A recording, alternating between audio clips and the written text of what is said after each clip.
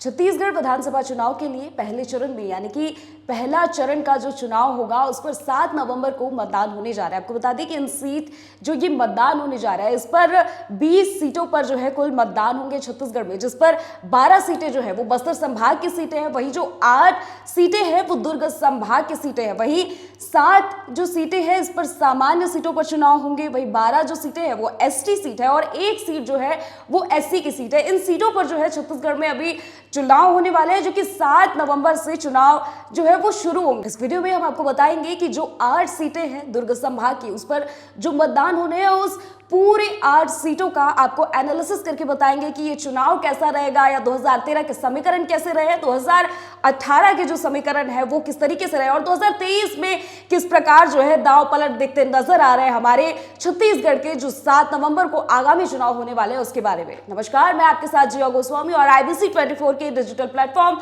खबर बेबाक में आप सभी का स्वागत है।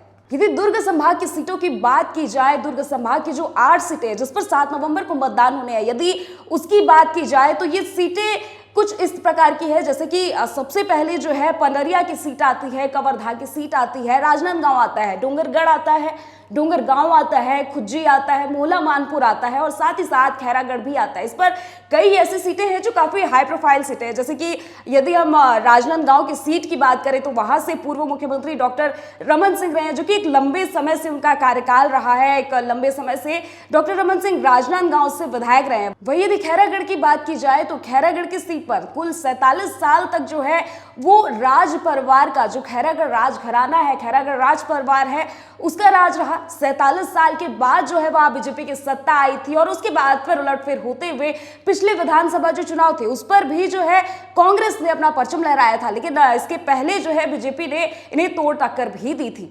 जिस पर आपको जो सीटें हैं उसके बारे में जरा विस्तार से बताएंगे कि कौन सी सीटें किस प्रकार की सीटें हैं और कहां से किस प्रकार की सीटें कैसे बिलोंग करती हैं। जिस पर सबसे पहले जो पनरिया की सीट है वो सामान्य सीट है, वही कवर्धा की जो सीट है वो भी सामान्य सीट है। आपको बखूबी पता होगा जो कवर्धा यानी कि कबीरधाम की सीट है वहां से खुद छत्तीसगढ़ कैबिनेट के मंत्री मोहम्मद अकबर आते हैं और काफी जो है अच्छी उनकी पकड़ है कवर्धा क्षेत्र में। हालांकि 2013 का चुनाव वो जीत नहीं पाए थे, लेकिन फिर भी उनका जो बैकग्राउंड रहा चुनाव का, जो उनकी मतदान की संख्या रही लोगों की वो काफी ज्यादा अच्छी थी, मतलब लोगों में लोकप्रियता उनकी काफी ज्यादा अच्छी देखने को मिली थी। वही जैसे कि खैरागढ़ परिवार की बात की गई तो अब खैरागढ़ में भी जो है सामान्य की सीट है, जहां खैरागढ़ राज परिवार की एक लंबे समय तक सीट रही। जैसे मैंने आपको पहले भी बताया कि 47 साल तक जो है खैरागढ़ राज परिवार ने खैरागढ़ की जो सीट है उस पर राज किया था और 47 साल के बाद में जो है बीजेपी की सत्ता आई, बीजेपी के बाद एक बार फिर से कांग्रेस की सत्ता आई, तो इस प्रकार खैरागढ़ का भी कुछ और अच्छा खासा समीकरण रहा है जिसे हम आगे की वीडियो में और आपसे चर्चा करेंगे। वही डोंगरगढ़ की बात की जाए तो डोंगरगढ़ एससी सीट में आती है, वही राजनांदगांव भी जनरल सीट में मतलब सामान्य सीट में आती है। आपको सबको बखूबी पता है कि जो राजनांदगांव की सीट है वो काफी हाई प्रोफाइल सीट है, चूंकि डॉक्टर रमन सिंह मतलब कि छत्तीसगढ़ के पूर्व मुख्यमंत्री डॉक्टर रमन सिंह जो कि 15 साल लगातार मुख्यमंत्री रहे हैं वो राजनांदगांव विधानसभा से ही आते हैं और राजनांदगांव के फिलहाल विधायक भी हैं। वही डोंगरगांव की बात की जाए तो डोंगरगांव भी जो है वो सामान्य सीट पर आता है, खुज्जी भी सामान्य सीट पर आता है। वही मोहला मानपुर की यदि बात की जाए तो मोहला मानपुर एसटी सीट पर आता है। अब यदि इस मतदान में बात की जाए तो सबसे ज्यादा उम्मीदवार जो है वो राजनांदगांव की सीट से है, यानी कि कुल 29 उम्मीदवार जो है वो राजनांदगांव की सीट से आते हैं। मतलब केवल ये ऐसा पहला चुनाव नहीं है जहां राजनांदगांव पर सबसे अधिक उम्मीदवार है, बल्कि पूरे छत्तीसगढ़ में जब भी चुनाव होते हैं तो सबसे ज्यादा उम्मीदवार जो होते हैं वो राजनांदगांव की सीट पर ही होते हैं। यदि पिछले बार के चुनाव की बात की जाए यानी कि 2018 के चुनाव की बात की जाए तो कुल 69 जो उम्मीदवार थे इस सीट से चुनाव लड़ने के लिए तैयार थे, लेकिन उसके बावजूद चूंकि डॉक्टर रमन सिंह 15 साल से मुख्यमंत्री रहे हैं छत्तीसगढ़ से, तो इस बार भी उनकी विधायकी तो जानी नहीं थी, तो इस बार भी वो वहां से विधायक रहे, जो कि 69 उम्मीदवार होने के बावजूद भी डॉक्टर रमन सिंह वहां से सीएम रहे, विधायक रहे। और वही यदि पनरिया से बात की जाए तो पनरिया से कुल 14 उम्मीदवार जो है इस चुनाव में उतरते नजर आएंगे, मतलब भाजपा कांग्रेस के साथ जो अन्य निर्दलीय पार्टियां है उसके साथ भी उम्मीदवार जो है चुनावी मैदान में कूदते हुए हमें नजर आएंगे। साथ ही यदि कवर्धा की बात की जाए तो कवर्धा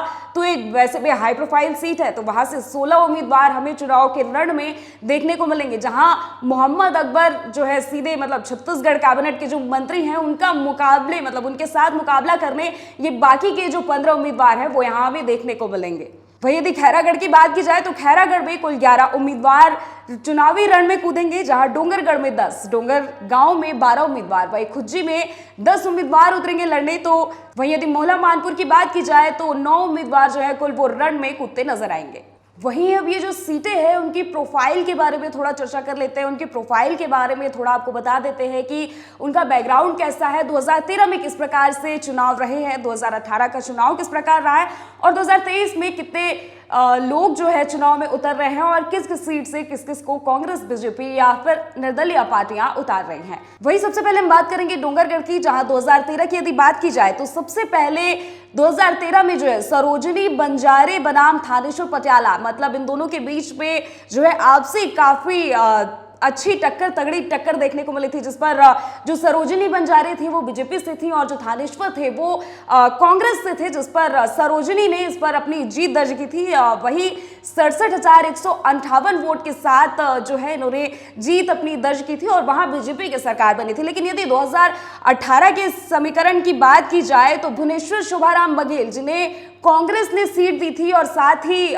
सरोजिनी बंजारे जो कि पहले विधायक रह चुकी थी कांग्रेस को हरा कर, तो उन्हें भुवनेश्वर शोभाराम बघेल ने हराया था 86,949 वोटों के साथ और जीत दर्ज कर ये वहां के विधायक बने। वहीं यदि 2023 के चुनाव की बात की जाए, यानी कि अभी जो मतदान होने हैं, यदि उसकी बात की जाए तो डोंगरगढ़ से हर्षिता स्वामी बघेल को कांग्रेस ने मैदान में उतारा है, लेकिन इनके खिलाफ जो है विनोद खांडेकर उतर रहे हैं बीजेपी से।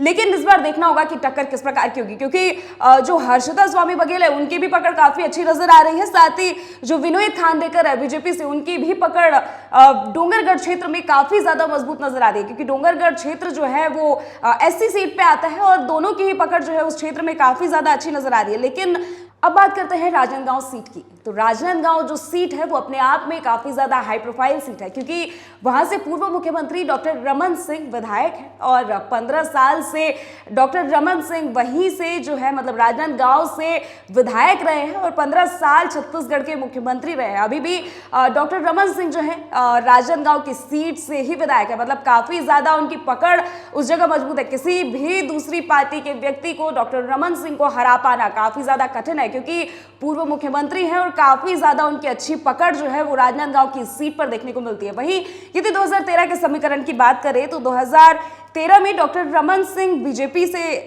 खड़े थे, साथ ही अलका उदय मुदलियार जो है उन्हें कांग्रेस से खड़ा किया गया था, जिस पर डॉक्टर रमन सिंह ने 86,797 वोटों के साथ जो है 2013 में जीत दर्ज की थी और वहां की विधायकी ली थी। उसके बाद यदि 2018 के समीकरण की हम बात करें तो डॉक्टर रमन सिंह बनाम करुणा शुक्ला जो है खड़ा किया गया था, जिस पर फिर से डॉक्टर रमन सिंह विधायक रहे और डॉक्टर रमन सिंह ने वहां जीत दर्ज की थी। यदि 2023 के चुनाव की बात की जाए तो 2023 के चुनाव में अभी डॉक्टर रमन सिंह के साथ जो खनिज विकास निगम के अध्यक्ष है गिरीश देवांगन, उन्हें हम भिड़ता देखेंगे कांग्रेस की तरफ से, क्योंकि अब डॉक्टर रमन सिंह 15 साल से मुख्यमंत्री रहे छत्तीसगढ़ के, उसके बाद फिर भी विधायक है। और यदि अब खनिज विभाग निगम के अध्यक्ष की बात की जाए यानी कि गिरीश देवांगन की बात की जाए तो उनकी भी पकड़ जो है राजनांदगांव के क्षेत्र में काफी ज्यादा मजबूत नजर आती है, काफी ज्यादा पक्की नजर आती है। लेकिन इस बार देखने वाली बात होगी कि राजनांदगांव का मुकाबला जो है काफी ज्यादा दिलचस्प नजर आएगा, क्योंकि पूर्व मुख्यमंत्री जिन्हें आज तक किसी ने अभी फिलहाल नहीं हराया है, उनके साथ जो है खनिज विकास निगम के अध्यक्ष जो है गिरीश देवांगन, वो इस बार भिड़ते नजर आएंगे। तो इस बार देखने वाली बात होगी कि मुकाबला किस तरीके से होगा, लेकिन डॉक्टर रमन सिंह को हरा पाना इतना आसान नहीं नजर आएगा राजनांदगांव की सीट पर। आगे बात करेंगे डोंगरगांव की सीट की, जो कि सामान्य सीट में आता है। वही यदि 2013 के समीकरण की बात की जाए डोंगरगांव में तो फिर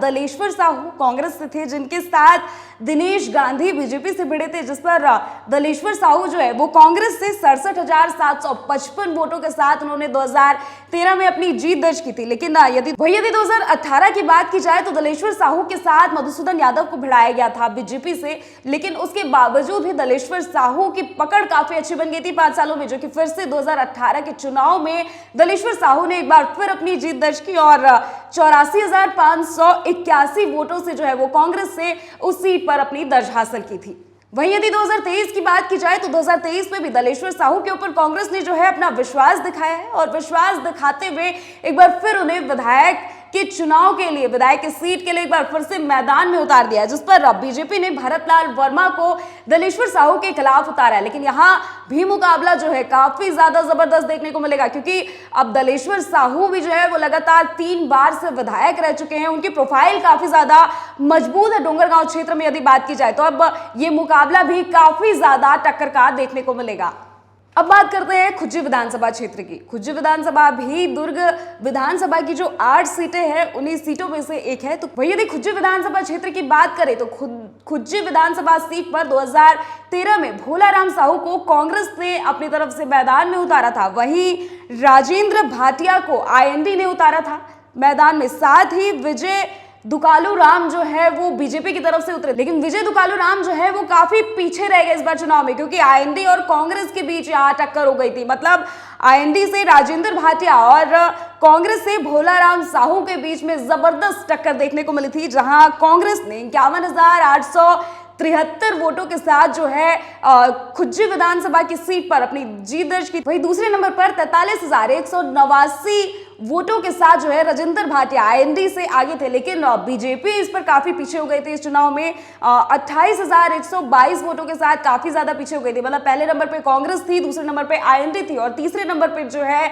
बीजेपी थी। मतलब काफी ज्यादा पीछे नजर आई। आईएनडी ने बीजेपी को काफी पीछे छोड़ दिया था। लेकिन यदि 2018 की बात की जाए तो ये चन्नी चंद साहू और साथ ही हिरेंद्र कुमार साहू के बीच में ये जो है जंग हुई थी एक तरीके से कह दें, क्योंकि 2018 का जो चुनाव था जिस पर चन्नी चंद साहू जो थे वो कांग्रेस से 71,733 वोटों के साथ इन्होंने जीत दर्ज की थी। लेकिन हिरेंद्र कुमार साहू बीजेपी से फिर से पीछे हो गए, जिस पर 44,236 वोटों के साथ ये पीछे रहे। लेकिन मुकाबला इस पर भी काफी ज्यादा टक्कर का था, क्योंकि बीजेपी की सीट जो है इन्होंने काफी ज्यादा ओवरकम करने की कोशिश की थी। काफी ज्यादा इन्होंने उस चीज से बाहर निकल के, जो कि 2013 में चुनाव में इन्हें हार मिली थी, उससे बाहर निकल के इन्होंने काफी मेहनत की थी। लेकिन उसके बावजूद भी इन्हें हार का सामना करना पड़ा और कांग्रेस एक बार फिर से वहां अपना परचम लहरा गई।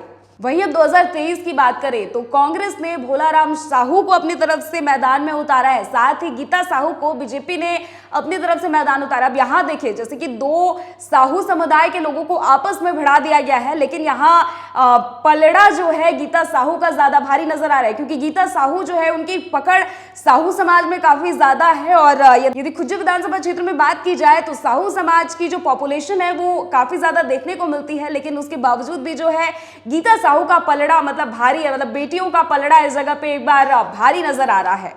लेकिन अब चुनाव के समय में देखने वाली बात होगी कि गीता साहू आती हैं या फिर भोलाराम साहू वापस से अपना झंडा लहराते हैं। अब बात करते हैं पंडरिया विधानसभा क्षेत्र की। पंडरिया विधानसभा क्षेत्र में 2013 विधानसभा चुनाव में मोतीलाल चंद्रवंशी वर्सेस लालजी चंद्रवंशी, मतलब 2 चंद्रवंशियों को फिर से 2 समुदाय के एक लोगों को आपस में भिड़ा दिया गया था, जहां मोतीराम चंद्रवंशी को बीजेपी से तो लालजी चंद्रवंशी को कांग्रेस से खड़ा किया गया था, जिस पर मोतीलाल चंद्रवंशी जो थे उन्हें बीजेपी से जीत दर्ज की थी और जो कि वहां के विधायक बने थे। उसके बाद यदि 2018 के समीकरण की बात की जाए तो अनूप नाग वर्सेस विक्रम उसेंडी जो है बीजेपी से इन्हें लड़वाया गया था, जिस पर अनूप नाग ने कांग्रेस से 57,061 वोटों के साथ जो है अपनी जीत दर्ज की थी और वहां के विधायक बने 2018 में। लेकिन जो विक्रम उसेंडी थे वो 43,647 वोटों में सिमट के रह गए और एक बार फिर से वहां कांग्रेस की सरकार बन गई थी। अब यदि 2023 की बात की जाए तो 2023 के चुनाव में भावना वोरा को बीजेपी से सीट मिली है, तो वही नीलू चंद्रवंशी जो है वो कांग्रेस से इस बार चुनाव लड़ती नजर आएंगी। लेकिन जोगी कांग्रेस भी जो है इस बार अपना पलड़ा काफी भारी करते नजर आ रही है, क्योंकि वहां रवि चंद्रवंशी को जो है सीट पर उतार दिया गया। आपको बता दें कि ये सीट भी जो है काफी ज्यादा बीजेपी के लिए मजबूत सीट है, क्योंकि जो भावना वोरा है वो काफी ज्यादा दमदार कैंडिडेट में से एक है।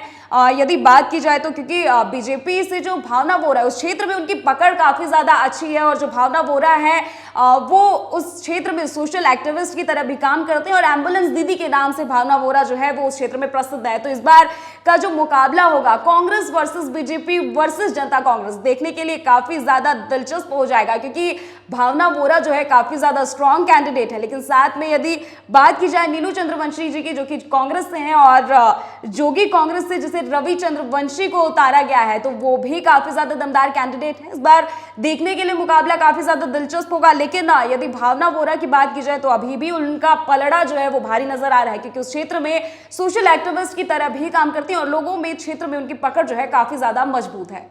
अब हम बात करते हैं खैरागढ़ विधानसभा क्षेत्र की, जो कि सामान्य सीट में आता है। आपको बता दें कि सबसे अहम बात यदि खैरागढ़ विधानसभा की बताएं तो इस पर 47 साल से जो है कांग्रेस का राज रहा है। मतलब कांग्रेस का गढ़ खैरागढ़ ये कहा जाता है। ये लाइन जो है ये काफी ज्यादा फेमस थी एक समय पे कि कांग्रेस का गढ़ खैरागढ़, क्योंकि 47 साल तक जो खैरागढ़ राज परिवार है, खैरागढ़ राज परिवार ने यहां राज किया। लेकिन 47 साल के बाद यहां से कांग्रेस की सत्ता गई और उसके बाद फिर बीजेपी ने 2007 में यहां अपनी जीत दर्ज की थी। अब यदि 2013 के समीकरण की बात करें, लेकिन वही यदि कोमल जंघेल की भी बात की जाए बीजेपी से, तो उन्हें भी वो भी काफी ज्यादा दूर नहीं थी, बल्कि 67,943 वोटों के साथ जो है वो दूसरे नंबर पे रही। लेकिन पहले नंबर पर गिरवर जंघेल ने अपनी जीत जो है दर्ज कर ली थी। जैसे कि मैंने आपको बताया कि खैरागढ़ राज परिवार का जो है ये काफी ज्यादा ये गढ़ रहा है। मतलब कांग्रेस का हमेशा से जो है ये गढ़ ही रहा है खैरागढ़। खैरागढ़ में मतलब लंबे समय से कांग्रेस की ही सीटें रही हैं और 2007 में ही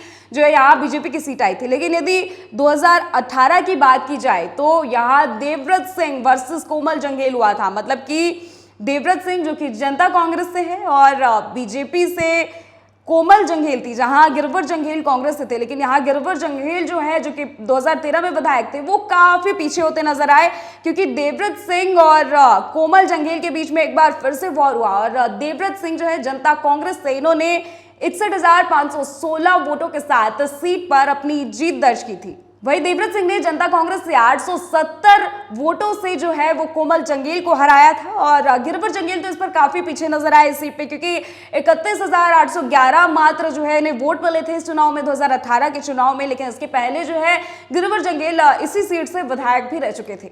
वही यदि 2023 के सीट की बात की जाए तो 2023 में खैरागढ़ से विक्रांत सिंह को बीजेपी से रण में उतारा गया है। तो साथ ही यशोदा वर्मा जो है उन्हें कांग्रेस ने अपना उम्मीदवार चुना। अब देखने वाली बात होगी कि इन दोनों में से 7 नवंबर को किसके पलड़े में जो है वो ज्यादा वोट पड़ते हैं, क्योंकि खैरागढ़ जो है हमेशा से कांग्रेस का गढ़ रहा है। एक लंबे समय से कांग्रेस जो है यहाँ कांग्रेस राज करती हुई नजर आई है। तो अब 47 वर्षों के बाद जो 2007 में ये कांग्रेस का गढ़ टूटा था, उसके बाद फिर बीजेपी की सरकार आई, उसके बाद फिर कांग्रेस की सरकार आई, उसके बाद फिर जनता कांग्रेस ने सरकार बनाई। लेकिन अब देखना होगा कि इस बार जो है यहाँ की चूंकि अब परिवर्तन हो रहा है, बार बार यहाँ इस सीट में बदलाव देखने को मिल रहा है, तो देखने वाली बात होगी कि खैरागढ़ की जो ये विधानसभा सीट है इस पर इस बार बीजेपी आती है, कांग्रेस आती है, या फिर से कोई निर्दलीय पार्टी आके अपनी बाजी मार जाती है। अब बात करते हैं कवर्धा सीट की। जी हाँ, बिल्कुल कवर्धा सीट की, जो कि छत्तीसगढ़ की सबसे हाई प्रोफाइल सीटों में से एक है, क्योंकि यहाँ से खुद कैबिनेट मंत्री मोहम्मद अकबर आते हैं, जो कि यहाँ के काफी ज्यादा दमदार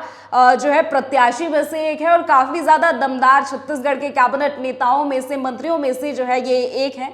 तो अब कवर्धा से मोहम्मद अकबर जब आते हैं तो एक बार चुनावी यदि टक्कर की बात की जाए तो काफी ज्यादा ये जमकर देखने को मिलेगी, क्योंकि काफी ज्यादा ये तगड़ी टक्कर होगी, क्योंकि अब कैबिनेट मंत्री जो कि काफी ज्यादा दमदार है उस क्षेत्र में, काफी ज्यादा पकड़ इनकी कांग्रेस के साथ और उस क्षेत्र के लोगों के साथ मजबूत है, तो ये काफी ज्यादा देखने वाली टक्कर मजबूत होती नजर आएगी। अब यदि 2013 की बात की जाए तो अशोक साहू को बीजेपी ने मैदान में उतारा था, लेकिन साथ ही मोहम्मद अकबर को कांग्रेस ने उतारा था, जिस पर अशोक साहू ने 2013 के चुनाव में जो है अपनी जीत दर्ज की थी, जिस पर 93,645 वोटों के साथ जो है अशोक साहू ने बीजेपी से कवर्धा की सीट पर अपना परचम लहराया था। लेकिन यदि मोहम्मद अकबर की बात की जाए तो दूसरे नंबर पे थे, जो कि ज्यादा काफी पीछे नहीं रहे, काफी अंतर नहीं रहा, बल्कि 91,087 वोटों से जो है वो दूसरे नंबर पे थे। लेकिन तीसरे नंबर पर इस क्षेत्र में सबसे ज्यादा जो है वोट यदि पड़े थे तो वो नोटा को पड़े थे। मतलब NOTA none of the above, कोई भी नहीं चाहिए, ना कांग्रेस चाहिए, ना बीजेपी चाहिए, ना निर्दलीय पार्टियां चाहिए, बस नोटा चाहिए। मतलब ये चुनाव फिर से कराओ, ऐसा लोगों का वहां मानना था। और तीसरे नंबर पे जो वोट थे सबसे ज्यादा वो नोटा को पड़े थे, लेकिन उसके बावजूद भी अशोक साहू ने बीजेपी से 93,000 के करीब वोटों से जो है वहां उस सीट पे जीत दर्ज की थी। लेकिन 2018 के समीकरण की जब हम बात करते हैं तो मोहम्मद अकबर के साथ जो है एक बार फिर से अशोक साहू को भिड़ाया गया था, जिस पर मोहम्मद अकबर ने 2018 के चुनाव में जीत दर्ज की थी। कुल 1,36,320 वोटों के साथ जो है मोहम्मद अकबर ने एक बार फिर से जो है वापसी की, और इस बार जो है इन्हें कवर्धा से विधायकी मिली थी और मोहम्मद अकबर जो है कवर्धा से विधायक बने। और फिलहाल हम सबको पता ही है कि कैबिनेट के काफी दिग्गज और काफी ज्यादा पावरफुल मंत्रियों में से एक जो है मोहम्मद अकबर माने जाते हैं। लेकिन यदि 2023 के चुनाव की बात की जाए तो एक बार फिर से हमें मोहम्मद अकबर के साथ विजय शर्मा जो है वो एक बार भिड़ते नजर आएंगे। लेकिन मोहम्मद अकबर को हराना इतना आसान नहीं हो पाएगा, क्योंकि अब मोहम्मद अकबर अब कैबिनेट मंत्री रह चुके हैं। काफी ज्यादा हाई प्रोफाइल सीट है और काफी तगड़ी जो सीट है कवर्धा की सीट है, जिस पर मोहम्मद अकबर की पकड़ जो है काफी ज्यादा जो है मजबूत है। अब दुर्ग संभाग की जो 8 सीटें जिन पर 7 नवंबर को चुनाव होने हैं, यदि उनकी बात की जाए तो सबसे आखिर में आता है मोला मानपुर। अब मोला मानपुर जो है वो नक्सल प्रभावित क्षेत्र है, चूंकि वो अति संवेदनशील क्षेत्रों में से अब आ जाता है। चूंकि अब इसलिए मतदान होने हैं तो हेलीकॉप्टर्स जो है मतदान वाले वो सारे भेज दिए गए हैं। सुरक्षा की दृष्टि से पूरी तैयारियां जो है वो वहां हो चुकी हैं। लेकिन अब जरा समीकरण की बात करेंगे 2013 की, क्योंकि 2013 के पहले जो है मोला मानपुर विधानसभा के अस्तित्व में नहीं था। 2013 में जैसे ही अस्तित्व में आया तो सबसे पहले कांग्रेस ने तेज नेताओं को उतारा था अपनी तरफ से मैदान पे, जिनके खिलाफ खड़े थे भोजेश साहू बीजेपी से। वही तेज नेताओं की यदि बात की जाए कांग्रेस से तो 42,648 वोटों के साथ इन्होंने मोहला मानपुर की सीट पर जो है अपनी जीत दर्ज की थी। वही भोजेश साहू ने 41,692 वोटों के साथ जो है वो दूसरे नंबर के स्थान पर रहे हैं। वहीं 2018 के चुनाव की यदि हम बात करें तो 2018 के चुनाव में इंद्रशाह मंडावी को कांग्रेस ने अपनी तरफ से मैदान में उतारा था। वहीं जनता कांग्रेस ने संजीत कुमार ठाकुर को मैदान में उतारा, तो कंचन माला को बीजेपी ने अपनी तरफ से मैदान में उतारा। यहाँ तीनों में काफी ज्यादा तगड़ी टक्कर जो है वो देखने को मिली थी। लेकिन इंद्रशाह मंडावी जो थे कांग्रेस से, उन्होंने फिर से 50,576 वोटों के साथ जो है अपनी जीत दर्ज की थी और एक बार फिर से मोला मानपुर में कांग्रेस की सरकार वहां बनी थी और कांग्रेस से विधायक जो है वहां से निर्वाचित होकर आए थे, जो कि इंद्रशाह मंडावी थे। लेकिन यहाँ पे जनता कांग्रेस और बीजेपी के बीच में जो है आपस में काफी टक्कर हुई, क्योंकि दूसरे नंबर पे कंचन माला 29,528 वोटों के साथ आई थी। तो उसके बाद संजीत कुमार ठाकुर जो कि जनता कांग्रेस से है, इन्होंने 28,740 वोटों के साथ तीसरे नंबर पर इस जगह पर रहे।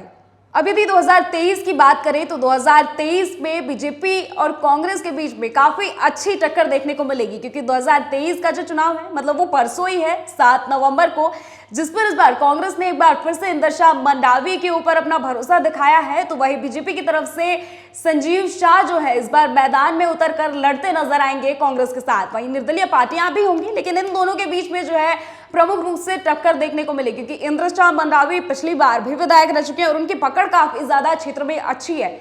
लेकिन वहीं यदि संजीव शाह की बात की जाए तो संजीव शाह पूर्व विधायक रह चुके हैं और गोंड समाज में जो है इनकी पकड़ काफी ज्यादा अच्छी है। मतलब काफी ज्यादा तगड़े उम्मीदवार जो है ये गोंड समाज की तरफ से आते हैं और गोंड समाज में काफी ज्यादा इनकी अच्छी पकड़ होने के कारण जो है मोला मानपुर वाला जो क्षेत्र है वो चूंकि थोड़ा आदिवासी क्षेत्र में भी आता है, तो मोला मानपुर वाले क्षेत्र में गोंड समाज की जो संख्या है वो भी अधिक है। तो गोंड समाज में इनकी पकड़ अच्छी होने के कारण यहाँ पे इंद्रशाह मंडावी और साथ ही साथ जो संजीव शाह है उनके बीच में टक्कर देखने को मिले, क्योंकि अब यदि इंद्रशाह मंडावी की बात की जाए तो वो भी उसी समुदाय से आते हैं। अब दोनों एक ही समुदाय से जब खड़े हो तो दोनों के बीच में एक टक्कर भी देखने को मिलेगी, क्योंकि जो संजीव शाह है वो पूर्व विधायक भी रह चुके हैं और इंद्रशाह मंडावी जो है वो फिलहाल विधायक हैं। तो अब ये जो टक्कर होगा ये काफी ज्यादा देखने वाला होगा। इसी प्रकार बाकी की सीटों पर भी हम आपको चुनावी एनालिसिस करके बताएंगे। तो ये थी हमारी 8 दुर्ग संभाग की वो सीटें जिन पर